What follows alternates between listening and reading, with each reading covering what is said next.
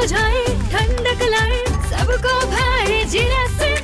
MTH का जलजीरा जीरा SIP. जीरा सिप, असली रिफ्रेशिंग, असली स्वाद, असली मजा। MTH।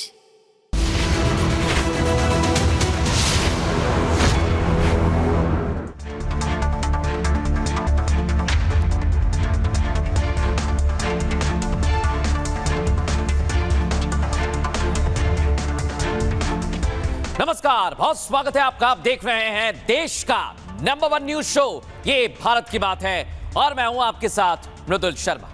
उम्मीद करते हैं आप सभी सेहतमंद होंगे और बहुत बहुत फिट होंगे। आज खबरों में आपके लिए क्या है खास।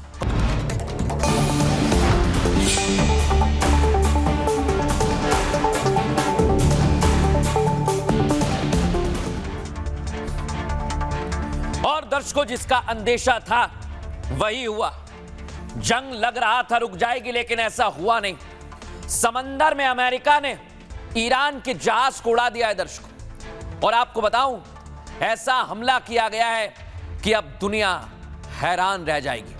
आपको पहली तस्वीर दिखाऊंगा, दिखाइए पहली तस्वीर, आप देखिए। ईरानी कार्गो शिप पर यूएस ने हमला किया और जंग फिर से शुरू हो गई है। उसका पहला सबूत आपके सामने। Okay, we gave the flare. Now we're getting.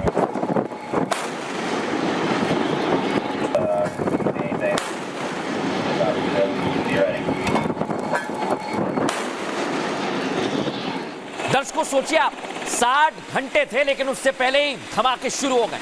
ये आपको पूरी तस्वीर बता रहा हूं। ये अमेरिकी सेंट्रल कमांड ने जारी की है, कैसे ईरानी शिप पर अमेरिका ने कब्जा किया। एमएन सुनाइए।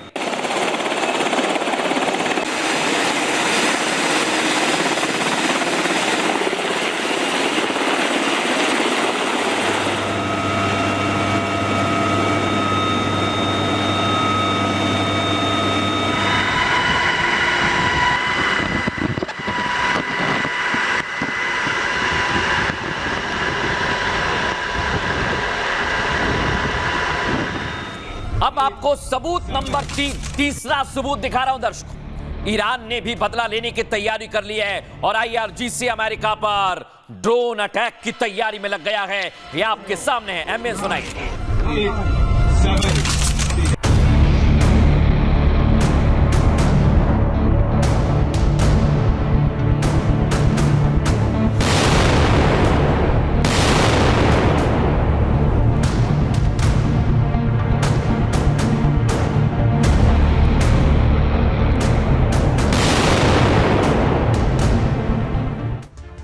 यानी दर्शकों, बातचीत से पहले युद्ध हो रहा है, एक दूसरे के शिप पर निशाना साधा जा रहा है, और इधर इस्लामाबाद में बातचीत की तैयारी हो रही है। खबर यह है, जेडी वेंस तो चले गए पाक के लिए, लेकिन ईरान ने कह दिया है हमें कोई बातचीत नहीं करनी। अब हमारी शिप को नेस्ते नाबूद किया है तो उसका बदला भी लिया जाएगा, और बदला ऐसा होगा जो विध्वंसक होगा, जो घातक होगा, जो युद्ध को और ज्यादा बढ़ा देगा। रिपोर्ट में दिखाता हूं।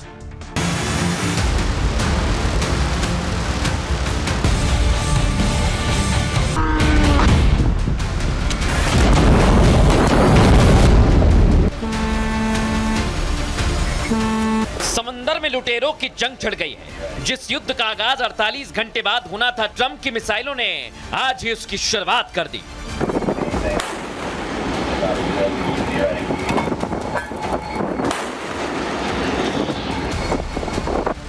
इधर इस्लामाबाद में मुल्ला ने दलाली की दुकान खोली, उधर हॉर्मूज में गोली चली और ट्रंप का पारा हाई हो गया। We're going to hit them extremely hard. We're going to bring them back. Iran को लगता था वो अमेरिकी नाकेबंदी को मोहल्ले के टोल जैसा पार कर लेगा, लेकिन एक ही गोली में खलीफा का जहाज धुआं धुआं हो गया।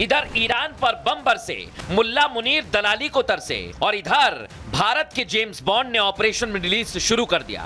जिन्हें लगता था विलन मुनीर ही हीरो है, इतना ही कहना चाहेंगे, पिक्चर अभी बाकी है। और ये पिक्चर ऐसी होगी दर्शकों जो दिक्कत पैदा कर सकती है, क्योंकि इस समय जो चल रहा है वो खौफनाक है समंदर के अंदर। ये आप देखिए दर्शकों, यूएस शिप गोलीबारी हो रही है। ईरान सीज फायर की बात हो रही थी ईरान अमेरिका में, लेकिन खत्म होने से पहले ही युद्ध फिर से शुरू हो गया और इस बार स्ट्रेट ऑफ हॉर्मुज के पानी में तोप और मिसाइलें गरज उठी हैं। यूएस नेवी ने ईरानी फ्लैग वाले कार्गो शिप को तोप छोड़ा दिया, देख रहे हैं आप। और यूएस नेवी के कमांडो ने ईरानी जहाज पर उतरकर इसे जब्त कर लिया है। दरअसल ईरानी कार्गो टोस्क सामान लेकर मलेशिया से लौट रहा था। कार्गो जब हॉर्मुज की तरफ बढ़ रहा था दर्शकों, तभी अमेरिकी नेवी उसका इंतजार कर रही थी। अमेरिकी नेवी ने उसे रोका। यूएसएस स्प्रुएंस ने ईरानी कार्गो को 6 बार चेतावनी देकर रोकने के लिए कहा, लेकिन ईरानी कार्गो ने यूएस नेवी के आदेशों को मानने से इनकार कर दिया। फिर क्या हुआ? यूएस नेवी ने MK-45 गन से ईरानी जहाज पर अटैक किया। यही है वो गन जो आप देख रहे हैं। जैसे ही ईरानी कार्गो का इंजन निष्क्रिय हुआ, यूएस मरीन एक्टिव हो गए और अमेरिकी कमांडोज ईरानी जहाज पर उतरे और उसे जब्त कर लिया। देख रहे हैं आप, झंडा अमेरिका का लगा दिया। अब ईरान युद्ध में चिंगारी का काम किया है इस घटना ने और यह मामला और भड़क गया है। IRGC ने ईरानी कार्गो पर हमले को समुद्री लूटपाट करार दिया और ईरान ने सीज फायर का उल्लंघन बताते हुए बदला लेने की धमकी दी। अब दावा यह किया जा रहा है दर्शकों कि ईरान ने ड्रोन से अमेरिकी युद्धपोत पर हमले की कोशिश की है, लेकिन दर्शकों अगर ऐसा हो रहा है समंदर में तो आप ये मानकर चलिए कि यह युद्ध अभी खत्म नहीं होगा। सुनिए एक्सपर्ट क्या कहते हैं। देखिए, मेरा मानना यह है कि ये जंग कभी रुकी ही नहीं थी। इसमें टैक्टिकल पॉजेज आए थे जिसके लिए अमेरिका ने पाकिस्तान का इस्तेमाल किया ईरान में ये भ्रम डालने के लिए कि हम बातचीत करना भी चाहते हैं एंड बातचीत के लिए एमनीएबल है, वेयरएज युद्ध रोकने का शुरू से कोई इरादा नहीं था।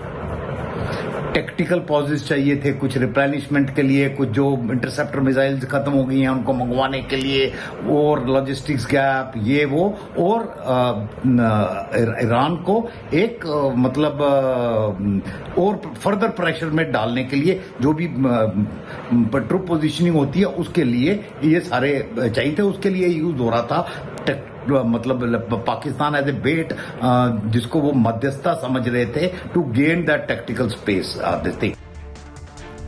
सोचा दर्शकों आपने कि अगर ये सब हो रहा है तो अभी जंग और ज्यादा भड़कने वाली है, क्योंकि अभी तो यूएस के युद्धपोत समंदर में ही और देख रहे हैं उनके घातक हथियार जिससे ईरानी शिप को डुबाया जा रहा है। यही है वो हथियार, दिखाइए MK-45 गन, फुल फ्रेम दिखाइए जरा कैसे ये काम करती है।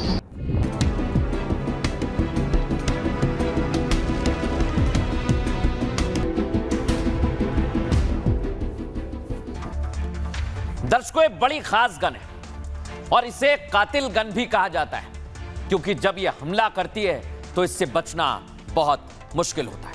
आइए आपको इसके बारे में जानकारी देते हैं। यही है दर्शकों, इसका कैलिबर 5 इंच का है। सोचिए आप, इतनी घातक है ये, समंदर में कातिल माना जाता है इसे। और फायरिंग रेंज इसकी 16 से 20 राउंड प्रति मिनट है। रेंज 24 किलोमीटर दर्शकों, और वजन इसका है 22 टन। सोचिए आप कितनी हैवी है। क्षमता एंटी सरफेस, एंटी एयर और नेवल गन फायर सपोर्ट भी है। यानी ये अगर अमेरिका के पास है तो समंदर में उसकी ताकत कोई कम नहीं कर सकता। यानी समंदर में हमेशा वो ईरान से एक कदम आगे रहेगा। और यही तो हुआ दर्शकों, जब ईरानी शिप जा रही थी अमेरिका ने कहा रुको रुको, और जब नहीं रुके तो हमला कर दिया। अब मैं आपको दिखाता हूं दर्शकों, इसी वजह से ईरान कह रहा है कि हम बातचीत को नहीं आएंगे। यह अमेरिका हम पर हमला करता है और 48 घंटे में बड़े हमले का अब प्लान भी बनाया जा रहा है दर्शकों, जिसकी सुगबुगाहट स्ट्रेट ऑफ हॉर्मुज में दिखाई देती है।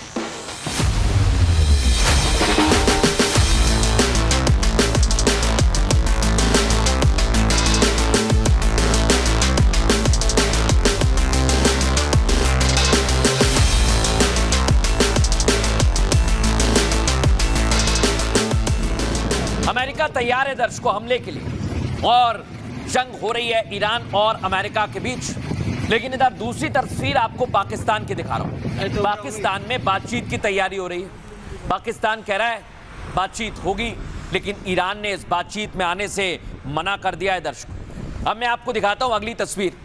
जेडी वेंस तो जा रहे हैं, ईरान ने कहा कि हम नहीं आएंगे। अब्बास अराक्ची भी नहीं जा रहे हैं। यानी खबर यह है कि IRGC ने दबाव बनाया है कि आपको जाना नहीं है। इसके बारे में मैं खबर आपको आगे दूंगा दर्शकों कि IRGC की तैयारी क्या है।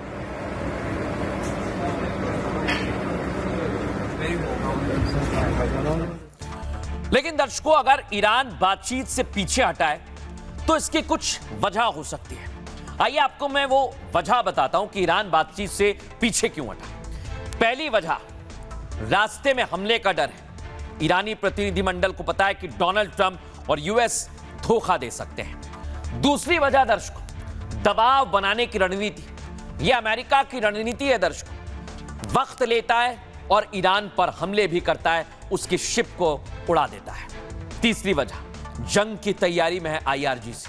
यही है IRGC की तैयारी, यानी अब वो भी बातचीत को तैयार नहीं है, वो भी जंग की तैयारी में लगे हुए हैं। लेकिन दर्शकों, इसे लेकर आज ईरानी प्रवक्ता भी सामने आए और उन्होंने क्या कहा है, पहले वो सुनिए। हमें डिप्लोमेसी को आगे बढ़ाने के लिए US की गंभीरता के कोई संकेत नहीं दिख रहे हैं। कई संकेत इसके बिल्कुल उलट इशारा कर रहे हैं।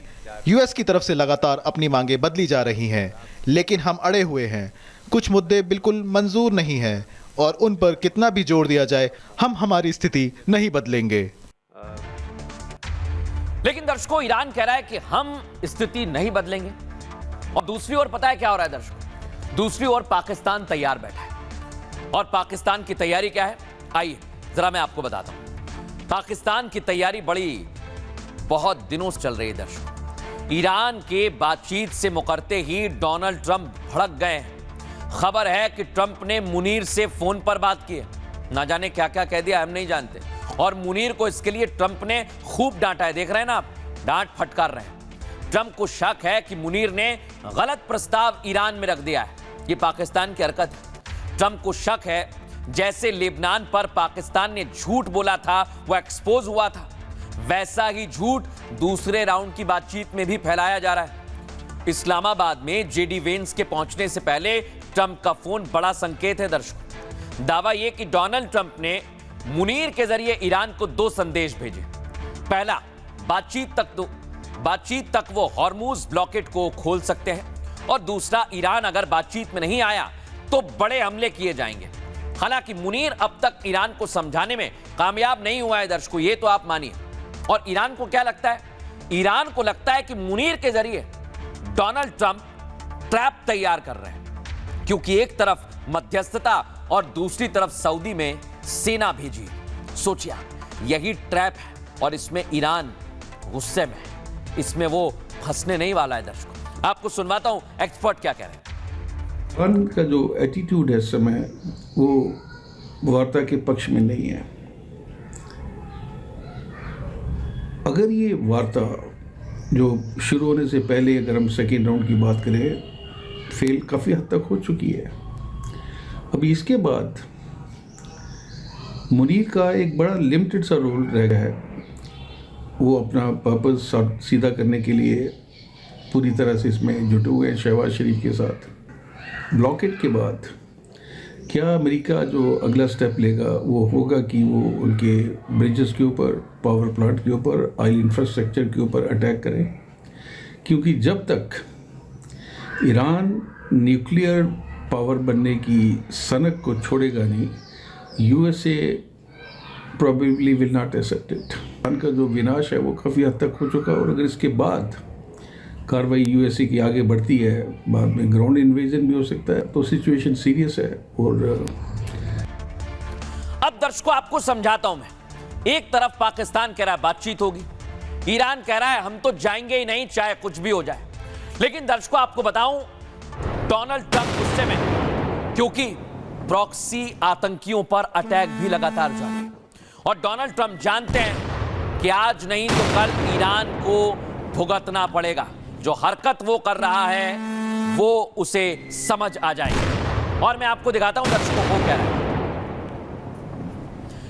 सबसे बड़ी बात यह है कि अभी तक जो तस्वीर आप देख रहे हैं वो आपको सामने से दिख रही है, अंदर खबर कुछ और है दर्शकों। ईरान में सैन्य ताकत बड़ी हावी हो गई है। आपको बताता हूं कैसे। इधर जेडी वेंस पहुंच गए, शहबाज मुनीर इंतजार कर रहे हैं, लेकिन ईरान ने कह दिया हम नहीं आएंगे। और मसूद पेजेश्कियन और अब्बास अराक्ची IRGC के घेरे में है, यानी हॉर्मुज में जंग शुरू होते ही बातचीत फिर से खतरे में पड़ गई है। एक तरफ जेडी वेंस इस्लामाबाद पहुंचे, दिखा रहा हूं मैं आपको। दूसरी तरफ ईरान ने पाकिस्तान आने से इनकार कर दिया है और ईरान ने साफ साफ कहा वो शांति वार्ता में शामिल नहीं होगा। ईरान का कहना है कि अमेरिका ने हमारे जहाज पर कब्जा कर लिया है और ईरान पीछे हटने की वजह सीज फायर टूटना बता रहा है। लेकिन एक्सपर्ट की नजर में यह ईरान की पुरानी चाल है दर्शकों। ईरान का बातचीत से मना करने के पीछे कई थ्योरीज चल रही हैं। बातचीत से इनकार दबाव बनाने की रणनीति भी हो सकता है और ईरान अक्सर अंतिम वक्त में अपनी शर्तों को बदल देता है। पिछली बार भी ईरानी डेलीगेशन मना करने के बावजूद पाकिस्तान चला गया था। इस बार तो इस्लामाबाद में बातचीत की तैयारियां भी पूरी हो चुकी हैं। और मना करने के कारण क्या हो सकते हैं? ईरान हॉर्मुज में ब्लॉकेड हटाने के लिए दबाव बना रहा है। ईरान शर्तों में बढ़त बनाने के लिए प्रेशर टैक्टिक्स अपना रहा है। ईरानी डेलीगेशन को रास्ते में भी हमले का डर सता रहा है। और आपको बताऊं, दुनिया को ईरान कमजोर ना दिखे इसलिए वो मना कर रहा है, या फिर IRGC का घेरा है, IRGC का दबाव है जिसकी वजह से ईरानी लीडरशिप आ नहीं रही है। बहुत सारे कारण हो सकते हैं। एक्सपर्ट से सुनिए वो क्या कहते हैं। शुरू से ईरान ने मेंटेन किया है कि जब तक नेवल ब्लॉकेड अमेरिका हटाएगा नहीं, वो बातचीत के लिए नहीं जाएंगे। जनरल मुनीर ने यही बात डोनाल्ड ट्रंप को समझाने की कोशिश करी और एक सिंगल पॉइंट की इस वजह से ये टीम इसको ईरान की नहीं जा रही है। जेडी वेंस वहाँ पे चले जाएं, तो राइटिंग्स ऑन द वॉल, इसमें कोई स्ट्रेटजी नहीं है। इस एक ट्रस्ट बिल्डिंग मूव के लिए इसको ईरान ने बोला था। ये जब स्ट्रेट ऑफ हॉर्मुज बंद किया था इसको ईरान ने, उसके बाद उसको खोला था 10 दिन के लिए। डोनाल्ड ट्रंप को वो जेस्चर को रेसिप्रोकेट करना चाहिए था और ये नेवल ब्लॉकेड को दूर करना चाहिए था, बट वो एक अपनी झूठी आन बान और शान में रहेंगे तो ये सीज फायर कहीं पे आगे नहीं बढ़ेगा। अब दर्शकों सोचिए जरा, क्या ईरान इसलिए चुपचाप बैठा हुआ है? नहीं दर्शकों, एक और खबर आई है जिसने आज हैरान कर दिया है। अमेरिका के अंदर ईरानी जासूस, ये खलीफा की हसीना है, ये जाल है, ये हनी ट्रैप है दर्शकों। और इसमें क्या अमेरिका फंस गया था क्योंकि FBI ने इसे गिरफ्तार किया है। दर्शकों देख लीजिए इसे, अगली तस्वीर दिखाइए, मूव कीजिए इसे। दर्शकों ये जासूस ईरानी खुफिया एजेंसी के इशारे पर कई देशों में रही है और हर एक जानकारी पहुंचा रही थी। ईरानी हथियारों की सप्लाई भी वो अमेरिका में बैठकर कर रही थी। सोचिए, ईरानी जासूस, हसीना का ट्रैप, अमेरिका में बैठकर ईरानी हथियारों की जासूसी, सब कुछ एक झटके में चल रहा था दर्शकों। और ट्रंप को पता ही नहीं लग रहा था, वो आराम से बैठे हुए हैं। बातचीत के बीच ईरान ने अमेरिका को बड़ा झटका दिया है, अंदर ही अमेरिका में बड़ा खेल किया। ट्रंप की नाक के नीचे ईरान ने जासूसों की फौज खड़ी कर दी है। देखिए आप, FBI ने शमीम माफी नाम की महिला को जासूसी करते हुए पकड़ा। ये ईरानी जासूस लॉस एंजलिस एयरपोर्ट से भागने की फिराक में थी। जांच में पता चला कि शमीम माफी ईरानी एजेंसी के लिए काम करती थी। देखिए आप, कितने सारे फोटोज आपको दिखा रहा हूं, हर जगह उसकी पैट। दरअसल शमीम जब अमेरिका आई तो उसकी संपत्ति ईरान ने जब्त कर ली और संपत्ति छोड़ने के बदले ईरानी एजेंसी ने उसे जासूसी का ऑफर दिया। शमीम माफी ने ईरानी एजेंसी का यह ऑफर स्वीकार कर लिया और प्लानिंग के तहत ईरानी फंडिंग पर उसने एक स्टार्टअप शुरू किया। ओमान में कंपनी बनाकर उसने हथियारों के सौदे करने शुरू किए। इसके लिए ईरानी जासूस ने तुर्की, UAE के दर्जनों बार दौरे भी किए और तुर्की के कनेक्शन के जरिए शमी ने सूडान में हथियारों का सौदा किया। ये हथियार ईरान में बने मौजार 6 और खास किस्म के बम फ्यूज थे। शमीम माफी ने यूएस से $70 मिलियन से ज्यादा हथियार सप्लाई किए और इन्हीं हथियारों और ड्रोन ने सूडान गृह युद्ध में हजारों लोगों की जान ली। शमीम माफी सारा काम ईरानी मॉइस के सीधे इशारे पर कर रही थी। ईरानी जासूस की खबर FBI को मिलते ही उसे पकड़ लिया गया।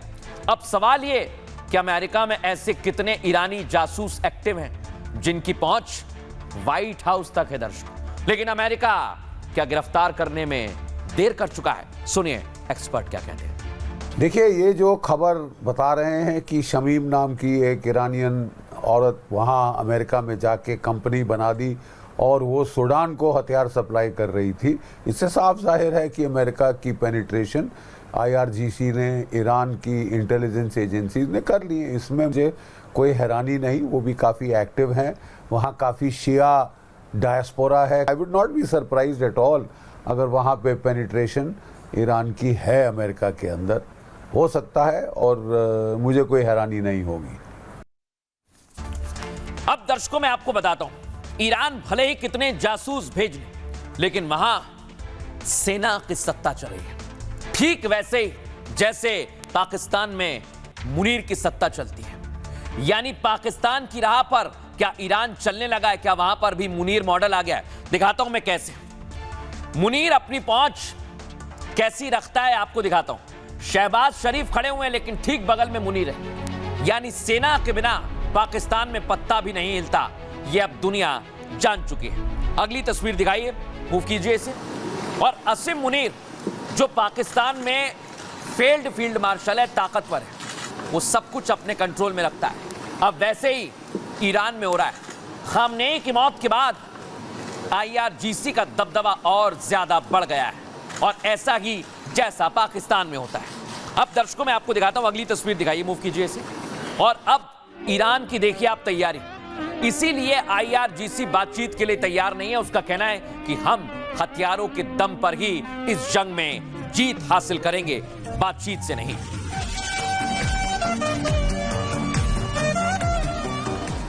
यानी IRGC ने सबको साइड कर दिया है, जिसमें अब्बास अराक्ची भी हैं, जो सबसे पहले वार्ता में शामिल हुए थे, लेकिन अब तक उनका कोई बयान सामने नहीं आया है।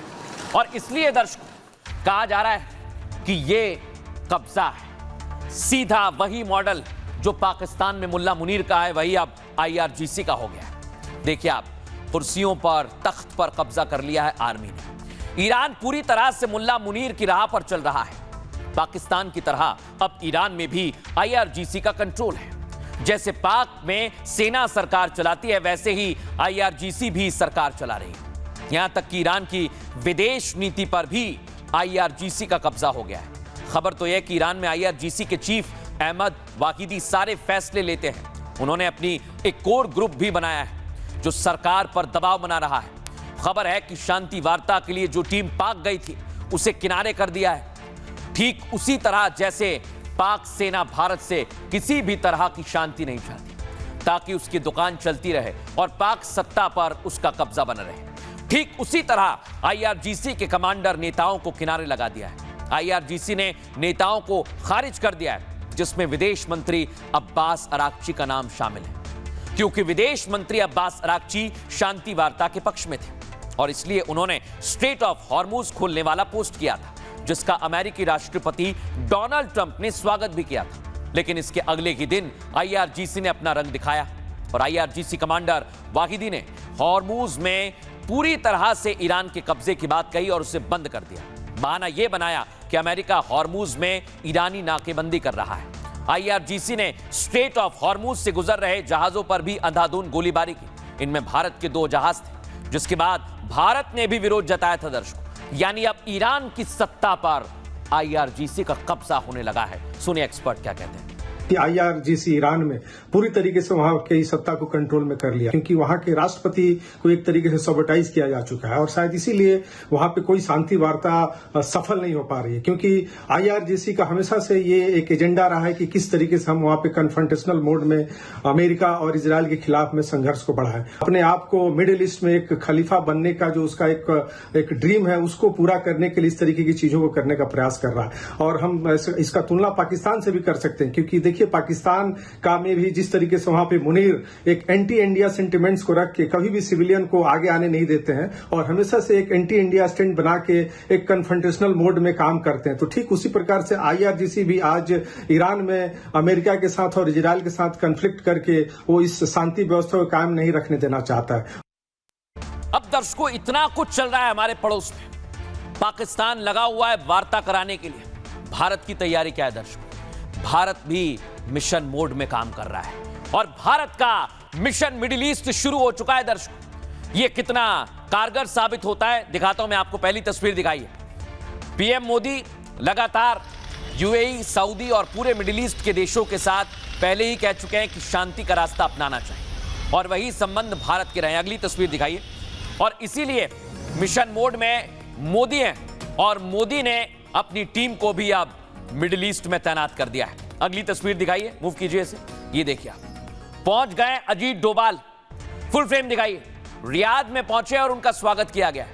यह बताता है कि भारत अपनी तैयारी अब और ज्यादा तेज करने वाला है। अब मैं आपको बताता हूं, ऊर्जा मंत्री प्रिंस सलमान से मुलाकात हुई है, देख रहे हैं आप, और प्रिंस से मुलाकात हुई है अजीत डोभाल की। क्या बात हुई है यह आगे बताऊंगा। अगली तस्वीर दिखाइए। इधर आप देखिए, यहां विदेश मंत्री बिन रहमान से भी मुलाकात हुई है और ये मुलाकातें बता रहे हैं कि कुछ पक रहा है मिडिल ईस्ट में और भारत जानता है कि मिडिल ईस्ट में भारत की नीति क्या होनी चाहिए। अगली तस्वीर दिखाइए, मूव कीजिए इसे।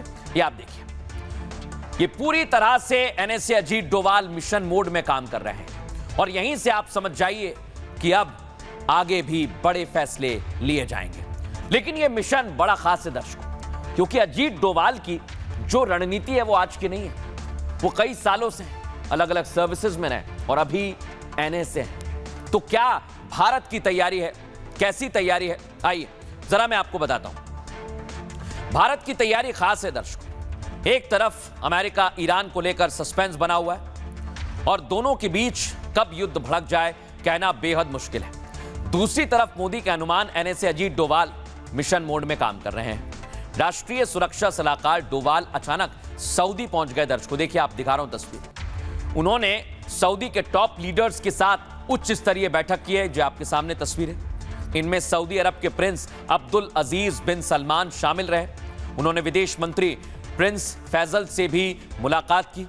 आपको बताएं, सऊदी के NSA डॉक्टर मुसाद अल एबान से भी उन्होंने मुलाकात की है। खबर है इस दौरान द्विपक्षीय सहयोग की समीक्षा की गई है और क्षेत्रीय हालात के ताजा घटनाक्रमों पर भी विस्तार से चर्चा की गई। इससे ज्यादा कोई जानकारी ना तो सऊदी ने दी और ना ही भारत की तरफ से आई।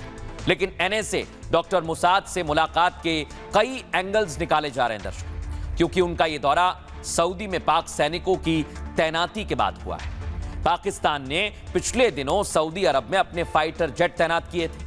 आपको बताएं, ऐसे में सवाल यह कि दोबारा युद्ध शुरू होने पर पाक की भूमिका का क्या होगा और अगर पाक सऊदी के पक्ष में खड़ा होता है तो भारत की भूमिका क्या रहेगी। भारत भले ही इस युद्ध में शामिल ना हो, लेकिन पाक की हर चाल पर नजर रखना जरूर है, क्योंकि पाकिस्तान ऐसे हालात का भारत के खिलाफ भी इस्तेमाल कर सकता है।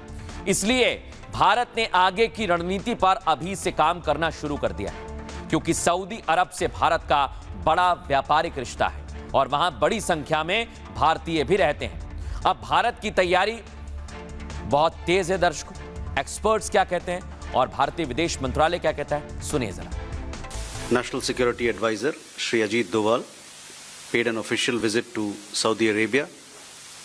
During his visit, he held meetings with the Energy Minister, the Foreign Minister of Saudi Arabia, as also his counterpart, the National Security Advisor of Saudi Arabia. These meetings were helpful to exchange views and review bilateral ties, also exchange views on regional situation and other issues of mutual interest. Bharat के राष्ट्रीय सुरक्षा सलाहकार Shri Ajit Doval Saudi के दौरे पर हैं और दोनों देशों के बीच के बायलैटरल रिलेशंस को किन क्षेत्रों में आगे ले जाया जा सकता है, संभावनाओं पर, किस प्रकार की चुनौतियां भी आसपास हैं उन पर, ऊर्जा सुरक्षा को लेकर के बातचीत की है। तो वर्तमान परिस्थितियों में निश्चित तौर पर ये सुरक्षा सलाहकार का दौरा बहुत महत्वपूर्ण माना जा रहा है, मायने रखता है। और पाकिस्तान के परिप्रेक्ष्य में यदि देखें तो सऊदी और पाकिस्तान के बीच में जिस तरह का ये एक डिफेंस पैक्ट भी साइन हुआ है और सैनिकों की तैनाती को लेकर के भी कयास लगाए जा रहे हैं, मुझे लगता है कि जो बिंदु हमारे सामने आए हैं वो आउटरीच प्रोग्राम से संबंधित है और दोनों देशों के बीच के द्विपक्षीय संबंधों को नई गति विस्तार देने से संबंधित है। और ऐसे कुछ और भी बिंदु हो सकते हैं, क्योंकि जब बात अजीत डोवाल जी की होती है तो कुछ ऐसे भी बिंदु हो सकते हैं जो अभी बाहर हम सबके सामने ना आए, लेकिन बिल्कुल हर लिहाज से ये दौरा बहुत महत्वपूर्ण है। अब दर्शकों देखिए आप, इधर युद्ध चल रहा है और भारत में चुनाव चल रहे हैं, वोट युद्ध चल रहा है और इसके लिए दर्शकों अब मैदान सज गया है। वोटिंग भी होने वाली है 23 और 29 तारीख को और उससे पहले कहा जा रहा है 4 मई गुंडई गई, क्योंकि टीएमसी की तरफ से हिंसा की जा रही है और बीजेपी की तरफ से जवाब दिया जा रहा है। दिखाता हूं आपको।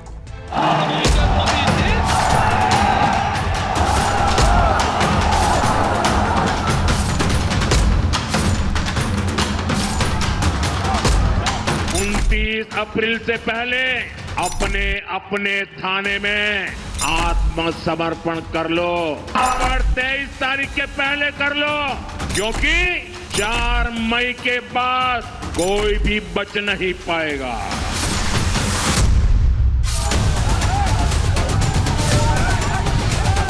ये जो दंगाई हैं, ये जो गौ कसी करने वाले हैं, वनवासियों की और जनजातियों की संपत्ति को हड़पने वाले हैं, इनका उपचार केवल डबल इंजन की भाजपा सरकार हो सकती है। डबल इंजन की भाजपा सरकार।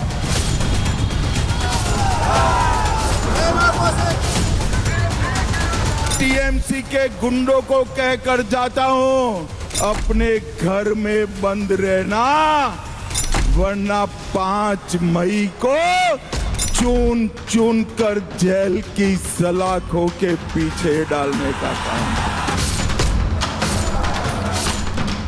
कि मानते हैं मोदी जी आप में बहुत दम है, लेकिन ममता बनर्जी किसी से क्या कम है।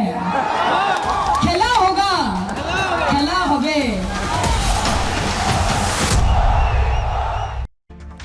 दर्शकों मैदान सज गया है और अब जीत किसकी होगी, अब जनता के हवाले है सब कुछ, यानी आप लोगों के हवाले।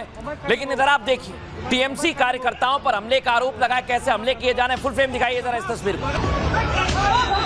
करना ही चाहिए।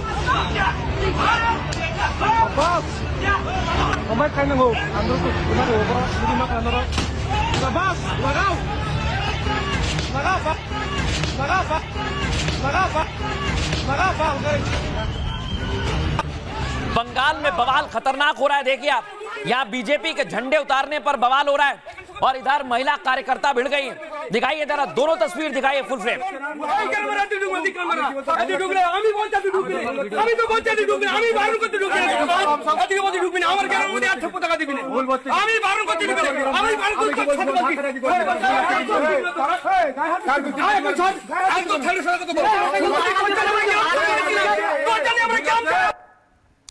दर्शकों इतना ही नहीं, दावा किया जा रहा है एक वीडियो में कि टीएमसी को वोट देने के लिए वो दबाव बना रहा है। सुनिए जरा, ये वीडियो सामने आया है, सुनवाइए जरा। একদম সকাল সকাল গিয়ে ভোটটা দিয়ে দেবে, ভোটের নাম এখানে নাম উঠে গেছে সবার, ঠিক আছে, একদম তৃণমূলে মারবে। আমরা কিন্তু ভোট দেখবো, ভোটের ছাপ্পাটা দেখবো, তোমরা কোথায় কি পড়ছে না পড়ছে, কারণ খোলার টাইমে ঠিক বুঝতে পারবো। কারণ দেখো আমরা রাস্তা অবধি টেনে দিয়ে গেছি, ঠিক আছে, একদম। यहाँ वोट मांग नहीं रहे, कह रहे हैं वोट देना ही पड़ेगा, नहीं तो समझ लेना। आप देखिए, बीजेपी के खिलाफ इधर टीएमसी के कार्यकर्ता उपद्रव मचा रहे हैं। दिखाइए इधर, बंगाल में चुनाव धीरे धीरे बढ़ता जा रहा है, हिंसक होता जा रहा है।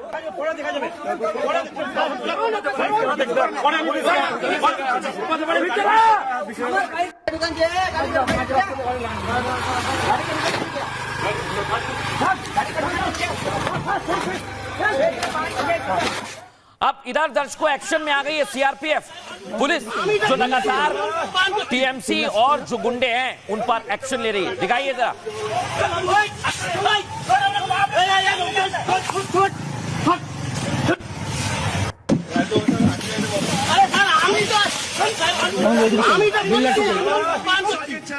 लेकिन दर्शकों इधर जैसे सीआरपीएफ की कार्रवाई शुरू हुई, टीएमसी के नेता अभिषेक बनर्जी धमकी देने लगे।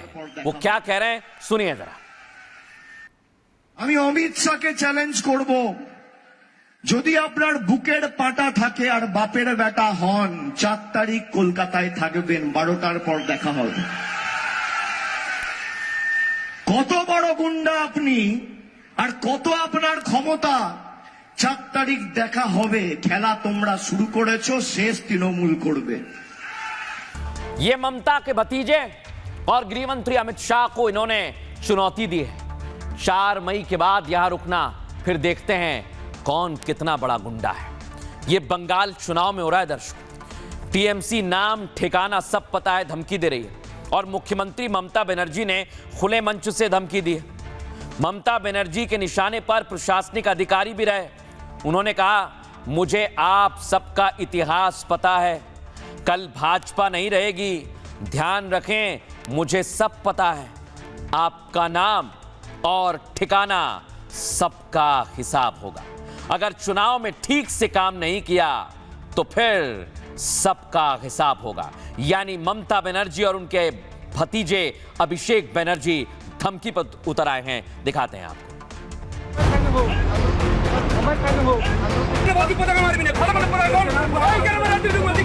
একদম তৃণমূলে মারবে, আমরা কিন্তু ভোট দেখবো। पश्चिम बंगाल की मुख्यमंत्री ममता बनर्जी कभी पीएम मोदी को चुनौती देती है, कभी गृह मंत्री को देख लेने की धमकी देती है, कभी यूपी के मुख्यमंत्री पर टिप्पणी करती है। तो अब सिंहासन डोलने की कसक खुलेआम प्रशासनिक अधिकारियों का हिसाब करने की मंशा पाल बैठी है। আমরাও জেনে রাখুন, প্রত্যেকটা কেসে ইঞ্চিতে ইঞ্চিতে লড়বো। ইলেকশন কমিশনের নামে লিস্টটা আমি পেয়েছি। ये गुस्सा, ये बेचैनी उस मॉडल की है जिसकी गूंज इस बार बंगाल चुनाव में सुनाई दे रही है। हिंदू पश्चिम बंगाल में यूपी मॉडल चाहता है। मुसलमान बाबरी मस्जिद के लिए हुमायूं कबीर को सिर पर बैठा रहे हैं और ममता जिस महिला वोट बैंक के सहारे अब तक चुनावी मैदान में ताकत दिखा रही थी, उसमें भी आरक्षण ने पूरा समीकरण फेल कर दिया। 29 अप्रैल से पहले अपने अपने थाने में आत्मसमर्पण कर लो और 23 तारीख के पहले कर लो, क्योंकि 4 मई के बाद कोई भी बच नहीं पाएगा। यानी जिस चुनाव में मुद्दा विकास, रोजगार और हक के अधिकार का होना चाहिए, उसे हिंदू मुसलमान और खुलेआम धमकी, मारपीट और उपद्रव पर शिफ्ट कर दिया गया। इसलिए पीएम मोदी ने साफ साफ कह दिया, 4 मई टीएमसी की गुंडई गई। अब दर्शकों बड़ी बात यह है कि इस समय बंगाल में दोनों तरफ से एक दूसरे पर हमला किया जा रहा है और बंगाल में दर्शकों ऐसा ही इतिहास रहा है। पश्चिम बंगाल का माहौल बेहद तनावपूर्ण हो चुका है। सीएम ममता बनर्जी खुद अधिकारियों को धमकी देने लगी है।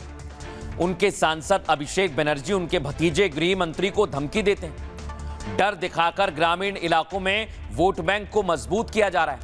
लेकिन इस बार ममता बनर्जी को थ्रेट वोट मिलना मुश्किल है, यानी डर के साए वाले वोट, क्योंकि बंगाल में चुनाव आयोग ने सुरक्षा के पुख्ता इंतजाम कर दिए हैं। सीआरपीएफ के जवानों की सुरक्षा से आम लोगों में डर कम है। चुनाव आयोग की तरफ से बिना डरे वोट दो जैसे अभियान चलाए गए, जिसका असर इस बार पश्चिम बंगाल के चुनाव पर दिखने वाला है। पश्चिम बंगाल में हिंदू वोटर का मूड इस बार थोड़ा बदल रहा है दर्शकों।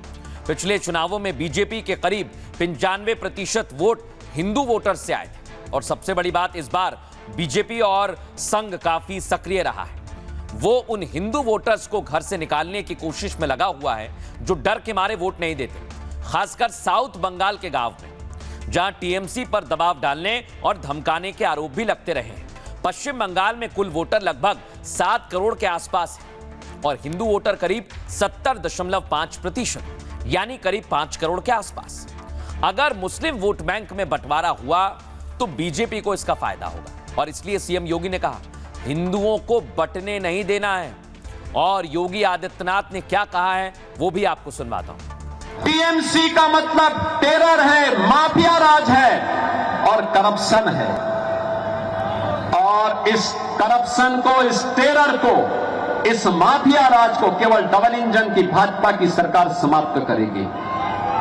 जैसे यूपी में गौ हत्या होने नहीं देंगे और हिंदुओं को बंटने नहीं देंगे, इस आह्वान के साथ कार्य हो रहा है, ऐसे ही बंगाल को भी डबल इंजन सरकार के नेतृत्व में काम करना है।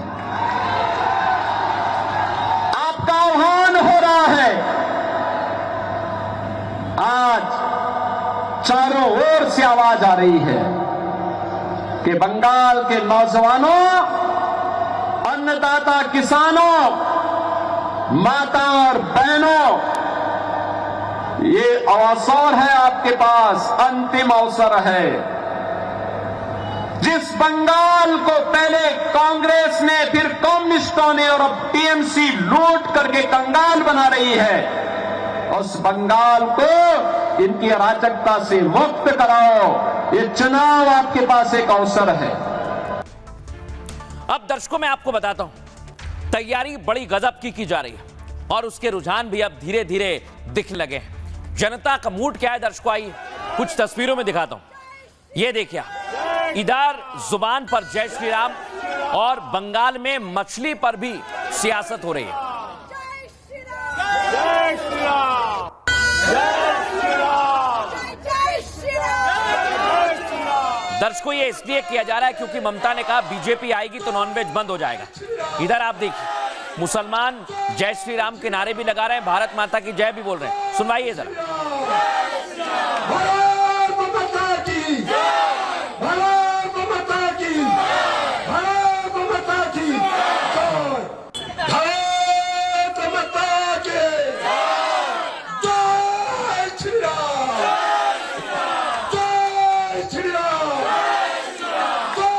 अब आपको दिखाता हूं एक और शख्स, ये भी मुस्लिम है और ये बीजेपी की रैली में डांस कर रहे हैं। दावा किया जा रहा है कि ये प्रत्याशी के साथ पूरा जोर लगा रहे हैं जीतने के लिए। दिखाइए जरा फुल फ्रेम। जिन्हें प्यार है भारत से वो कमल खिलाएंगे, फिर से मोदी जी की, फिर से मोदी जी की सरकार बनाएंगे।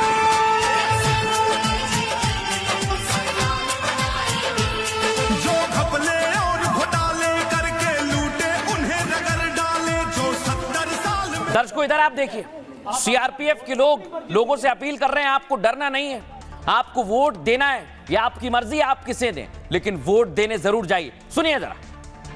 धमकाते तो हमें कंप्लेंट कर सकते हैं, ठीक है। आप अपना वोट अपनी मर्जी से देना है, ठीक है जी, तो आपका अधिकार है, अपनी मर्जी है उससे देना, आपने जिसको देना वो आपका मर्जी है, ठीक है, ठीक है। थैंक यू दादा। धमकाते तो हमें कंप्लेंट कर सकते हैं, ठीक है। आप लेकिन दर्शकों जो टीएमसी के उपद्रवी हैं, जो दंगाई हैं, उन्हें अब सीआरपीएफ सबक सिखा रही। कैसे? फुल फ्रेम दिखाइए जरा, रिप्ले करके दिखाइए। नहीं ये कौन है? ये तुम ही तो हो। ये कौन है? ये तू ही कर रहा ना? ये वो क्या के धक्का दीजिए मार रहा है यार, ये गलत काम कर रहा है।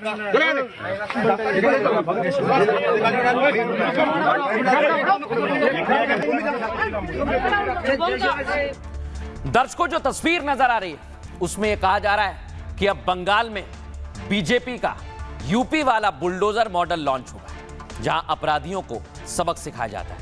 कैसा मॉडल देखिए आप। पश्चिम बंगाल में यूपी मॉडल की डिमांड शुरू हो गई है, जिसे हिंसा उपद्रव से निपटने के लिए पेश किया जा रहा है। आपको बता रहा हूं, बीजेपी संदेश दे रही है माफिया राज खत्म करने का यही सही मौका है, ताकि पश्चिम बंगाल में निवेश, रोजगार और शांति बहाल हो सके। इसके लिए सीएम योगी पिछले एक हफ्ते से बंगाल में डेरा डाले हुए हैं और उन्होंने तमाम चुनावी रैलियों में यूपी मॉडल का जिक्र भी किया है। योगी ने कहा, ममता दीदी जय श्री राम के नाम लेने पर पाबंदी लगाती हैं, लेकिन सड़कों पर नमाज और इफ्तार पार्टी करवाती हैं। उन्होंने कहा कि अगर कट्टरता से मुक्ति चाहिए तो सत्ता परिवर्तन जरूर है, तभी दंगा और उपद्रव की घटनाओं को कम किया जा सकता है। सीएम योगी ने कहा, उत्तर प्रदेश और बंगाल में फर्क साफ है। यूपी दंगा मुक्त प्रदेश बन चुका है, लेकिन बंगाल में दंगा और हिंसा आम है। यूपी में इंडस्ट्रियल पार्क है, बंगाल में कटमनी और इंफ्रा की कमी है। यूपी में त्योहार धूमधाम से मनाते हैं और बंगाल में दुर्गा पूजा के लिए भी इजाजत लेनी पड़ती है।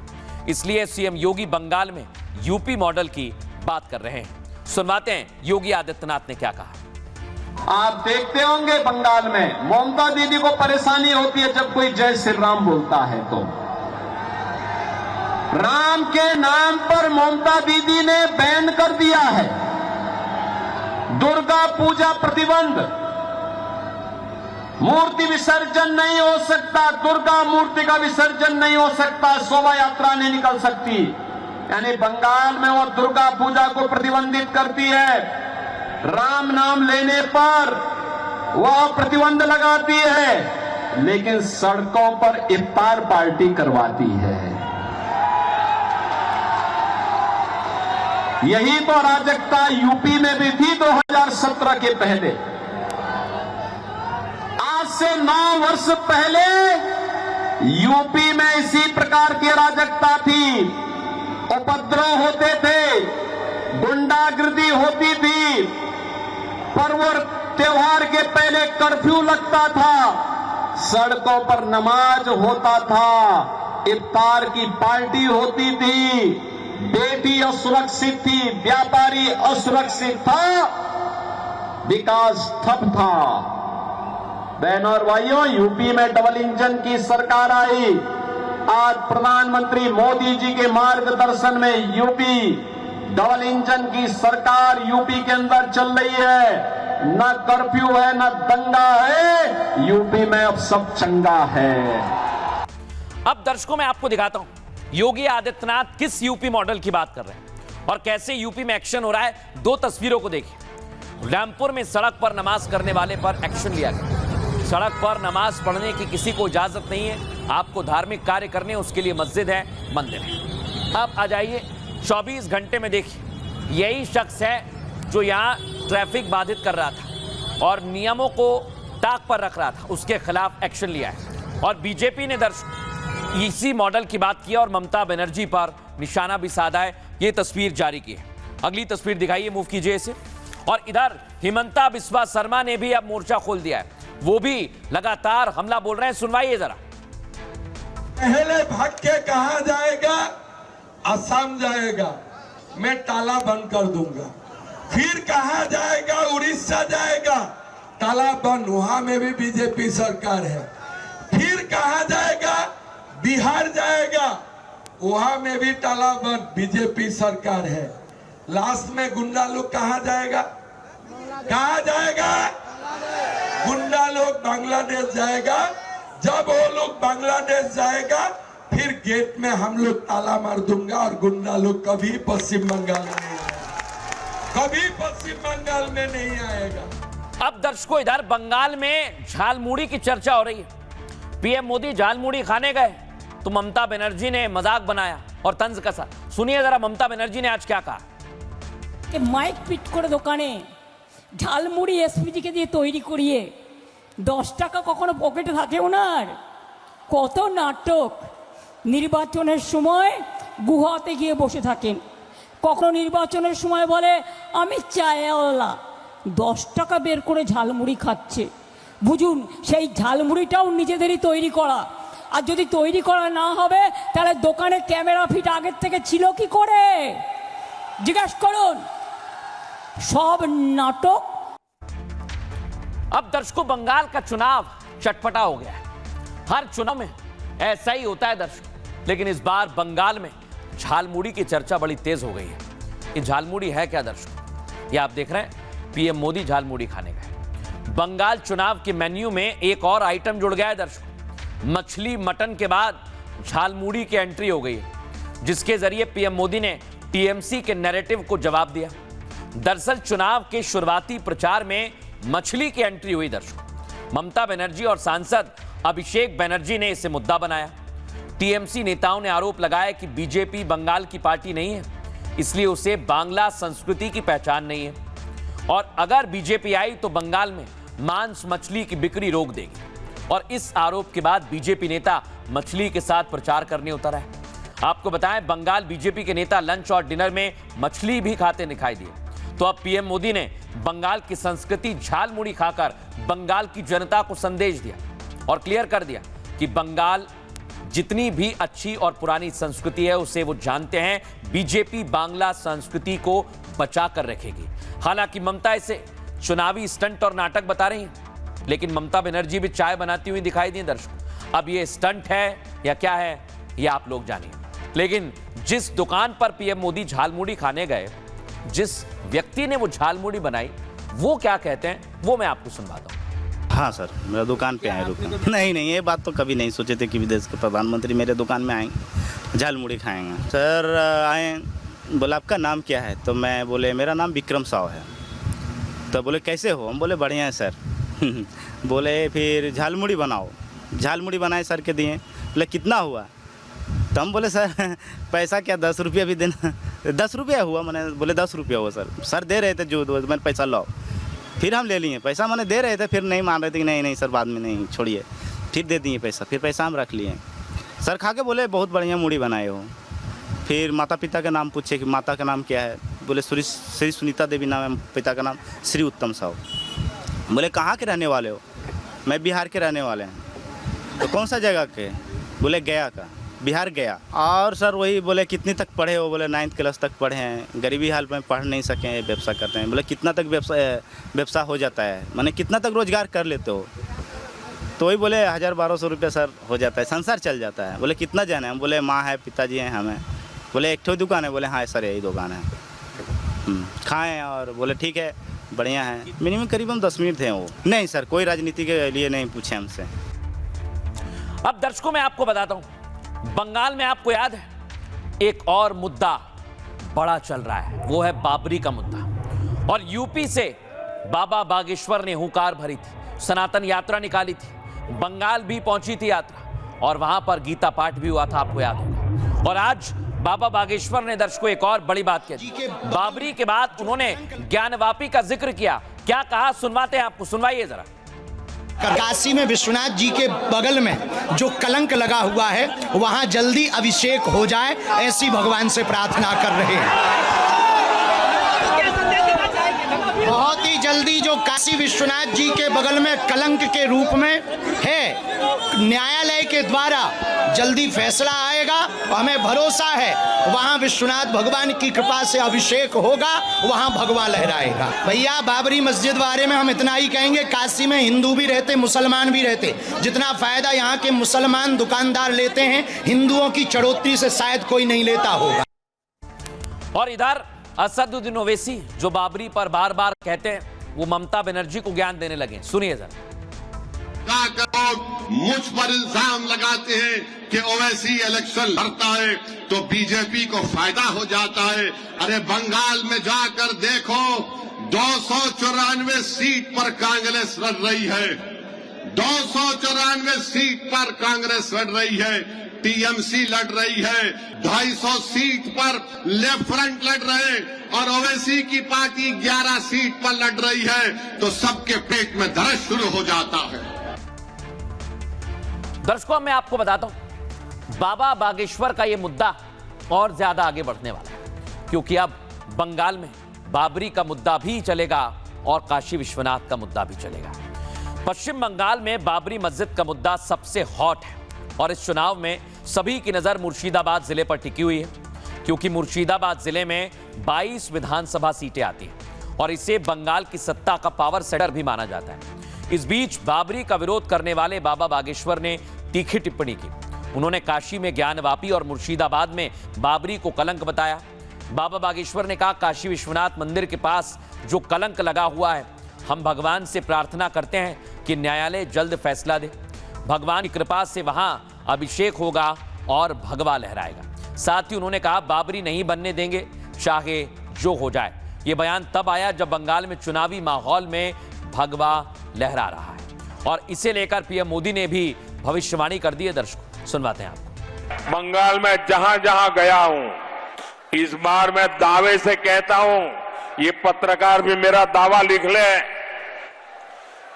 मैं बंगाल की जनता को कहता हूं, मेरे राजनीतिक अनुभव के आधार पर कहता हूं, इस बार बंगाल में बीजेपी की सरकार बनना पक्का है।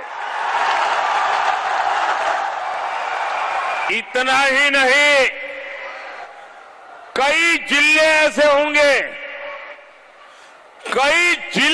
होंगे जहां से टीएमसी का एक भी एमएलए चुनेगा नहीं, एक भी एमएलए नहीं आएगा।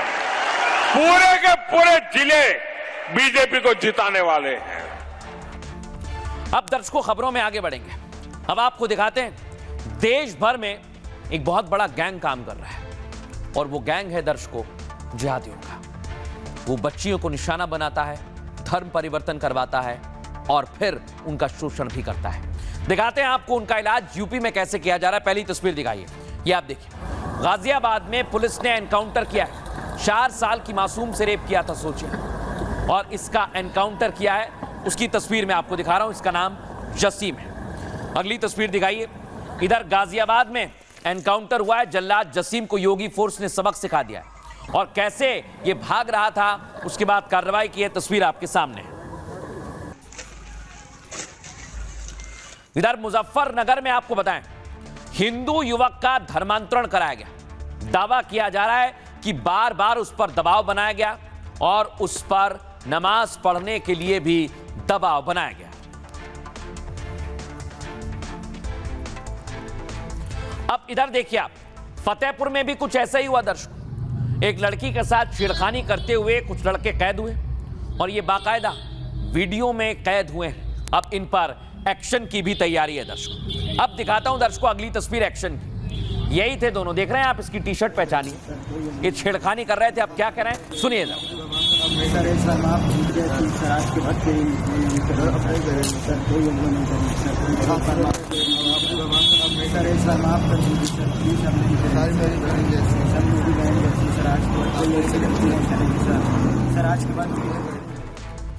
लेकिन यूपी नहीं दर्शकों, गुजरात में भी कुछ ऐसा ही हो रहा है। इन लोगों का क्या कोई बहुत बड़ा गैंग काम कर रहा है जो देश भर में काम कर रहा है? ये देखिए आप, ये भी पुलिस के हत्थे चढ़ गए और कैसे इनकी परेड निकाली आपके सामने है।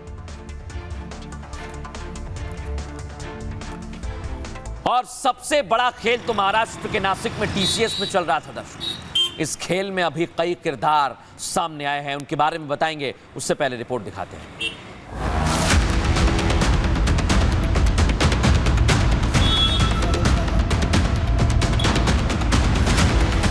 महाराष्ट्र में नासिक से लेकर नागपुर तक जिहादी धर्मांतरण करा रहे हैं, हिंदू बेटियों को टारगेट कर रहे हैं। लेकिन यूपी में पुलिस तुरंत जिहादियों का इलाज करती है।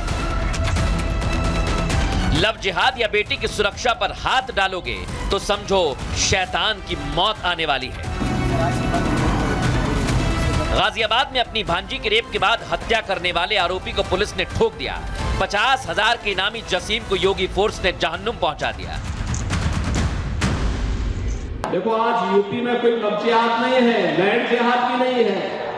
पहले से ही घोषणा कर दी गई है कि बेटी की सुरक्षा पे किसी ने खतरा पैदा किया तो समझो यमराज उसका टिकट काटने के लिए बैठा होगा।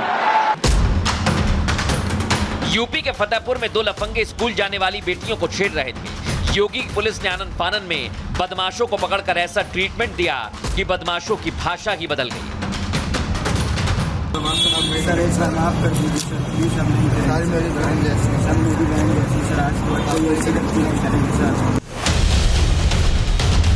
जाहिर है यूपी जैसा एक्शन महाराष्ट्र में भी होना चाहिए। नासिक से लेकर नागपुर तक कट्टरपंथियों को ऐसा सबक सिखाओ कि ऐसी गलती दोबारा करने की हिमाकत ना करें। उनकी नेशनलिटी जो है वो कैंसिल करनी चाहिए। उनके ऊपर राष्ट्रद्रोह का गुनाह दाखिल होना चाहिए। फास्ट ट्रैक पे ये मामला चला के उनको फांसी की शिक्षा होनी चाहिए। अब दर्शकों आपको बताएं, ये सिर्फ एक खेल नहीं है, कई जगह पर खेल चल रहा है। और एक और खेल का खुलासा हुआ नागपुर में दर्शकों। एनजीओ के बहाने धर्मांतरण का रैकेट चलाया जा रहा था। इस मामले में भी बड़ा खुलासा हुआ है। यानी महाराष्ट्र में कोई बहुत बड़ा खेल चल रहा है दर्शकों। नासिक, अमरावती और अब आप देख रहे हैं हर जगह पर एक गैंग काम कर रहा है। लेकिन दर्शकों, इनका इलाज सिर्फ एक है, योगी मॉडल। यूपी में लव जिहाद और धर्मांतरण पर सख्त कार्रवाई हो रही है, एक्शन हो रहा है। बेटियों की सुरक्षा को लेकर सरकार तेजी से कार्रवाई करती है। गाजियाबाद में योगी फोर्स ने जल्लाद जसीम को ठोक दिया। जसीम ने 4 साल की अपनी भांजी से रेप करके उसकी हत्या कर दी थी। 11 अप्रैल को वारदात के बाद से ही पुलिस उसे ढूंढ रही थी। उसके ऊपर 50,000 रुपए का इनाम घोषित किया था। 19 अप्रैल को गाजियाबाद पुलिस ने जसीम के बारे में जानकारी दी और जैसे ही जानकारी मिली उसे घेरने की कोशिश की तो जसीम ने फायरिंग की। पुलिस की जवाबी फायरिंग में जसीम को कई गोलियां लगी और अस्पताल में इलाज के दौरान उसकी मौत हो गई। एनकाउंटर के दौरान पुलिस के 2 सिपाही भी घायल हुए हैं। आरोपी जसीम यूपी के मुजफ्फरनगर का रहने वाला था। मुजफ्फरनगर से ही धर्मांतरण का एक चौंकाने वाला मामला सामने आया। घर में 15 साल से काम करने वाले नौकर का धर्मांतरण करवाया गया। आरोपी अफसर कुरैशी ने राकेश शर्मा पर जबरन धर्म बदलने का दबाव बनाया। पीड़ित युवक की नमाज पढ़ते तस्वीर भी सामने आई। आरोप है कि कुरैशी के रिश्तेदार 3 युवक उसे मस्जिद में ले गए थे और 100 रुपए का लालच देकर नमाज पढ़वाई, दबाव बनाया। पैसा बहाना है, सिर्फ और सिर्फ यहां पर दबाव बनाया। पुलिस ने आरोपी अफसर कुरैशी को इसी के चलते गिरफ्तार किया है। यानी संदेश साफ है, यूपी में न धर्मांतरण न लव जिहाद, और अगर कोई करेगा तो योगी पुलिस से बचेगा नहीं। सुनवाते हैं आपको पुलिस इस मामले में क्या कह रही है। 11 तारीख को टीला बोर्ड क्षेत्र में एक बच्ची के साथ दुष्कर्म करके उसकी हत्या का मामला प्रकाश में आया था। इस पर यह तथ्य प्रकाश में आया था कि जो लड़की का सगा मामा है जसीम उर्फ छोटू, उसी के द्वारा यह घटना कारित की गई थी। तत्काल उसे वांछित किया गया था और उथला नहर कट के पास में वो पुलिस टीम को आता हुआ दिखाई देता है। पुलिस टीम के द्वारा उसे रोकने का प्रयास किया जाता है, लेकिन वो पुलिस टीम को देखते हुए रुकता नहीं है और पुलिस टीम पर फायरिंग कर देता है। बदले में आत्मरक्षा पुलिस टीम के द्वारा भी फायरिंग की जाती है, जिसमें जसीम उर्फ छोटू को गोली लगी है। तत्काल उसे इलाज हेतु पास के अस्पताल में भर्ती कराया जाता है, जहां उसे मृत घोषित कर दिया गया है। बड़ी बात क्या है दर्शकों, ये सब कुछ महाराष्ट्र में भी चल रहा है और बड़े पैमाने पर चल रहा है। अभी हाल ही में जो खुलासा हुआ है उसमें और चौंकाने वाले खुलासे हुए दर्शकों। मामला अभी कोर्ट में 14 दिन की न्यायिक हिरासत में आरोपियों को भेज दिया गया है। लेकिन दर्शकों, अभी भी अगली तस्वीर आपको दिखाते हैं। मुंबई में सड़कों पर महिलाएं उतरी हैं और लगातार विरोध जताया जा रहा है। लेकिन आपको बताएं, इसे लेकर अब सवाल ये कि जो अभी निदा खान है, जो मुख्य है आरोपी इस पूरे मामले में, वो अभी तक फरार है। दर्शकों, टीसीएस ऑफिस में धर्मांतरण के आरोपी निदा खान को राहत नहीं मिली है। निदा खान कई दिनों से फरार चल रही है। आपको बताएं, उसके परिवार ने अग्रिम जमानत के लिए कोर्ट में अर्जी लगाई थी। आज सुनवाई के दौरान कोर्ट ने निदा खान को राहत नहीं दी। अग्रिम जमानत को लेकर अगली सुनवाई 27 अप्रैल को होगी। निदा खान के परिवार ने निदा के गर्भवती होने की दलील दी है और इसी आधार पर कोर्ट से अग्रिम जमानत की मांग की थी। फरार निदा खान की महाराष्ट्र पुलिस तलाश कर रही है। आरोपी सफी शेख रजा मेमन को आज कोर्ट में पेश किया गया। कोर्ट ने 14 दिन की न्यायिक हिरासत में उन्हें भेज दिया है। पुलिस एटीएस दोनों से पूछताछ कर धर्मांतरण का सच जानने की कोशिश करेगी। और टीसीएस धर्मांतरण मामले में एक और पीड़ित का बयान सामने आया है। पीड़ित ने रजा मेमन पर जबरदस्ती छूने का आरोप लगाया। उसने कहा, मुझे अजीब अजीब बातें कर फंसाने की कोशिश करता रहा। अधिकारियों से शिकायत की तो मुझे अकेले ना रहने की सलाह दी गई। मेरी शादी होने के बाद रजा मुझ पर तंज कसता था, कहता था रात में आखिर तुम इतनी व्यस्त किस चीज में रहती हो। और रजा मेरी शादी का जिक्र कर मेरी और मेरी जिंदगी पर दखल देने का काम करता था। मैं रजा मेमन से छुट्टी मांगने गई तो उसने अश्लील कमेंट भी किए। मैंने रजा मेमन की शिकायत हमारी हेड अश्विनी चेनानी से की। उन्होंने रजा मेमन, दानिश और तौसीफ का बचाव किया। उनके खिलाफ कोई एक्शन लेने के बजाय मुझसे कहा, तुम क्यों सुर्खियों में आना चाहती हो। यह मामला सामने आया, सोचिए।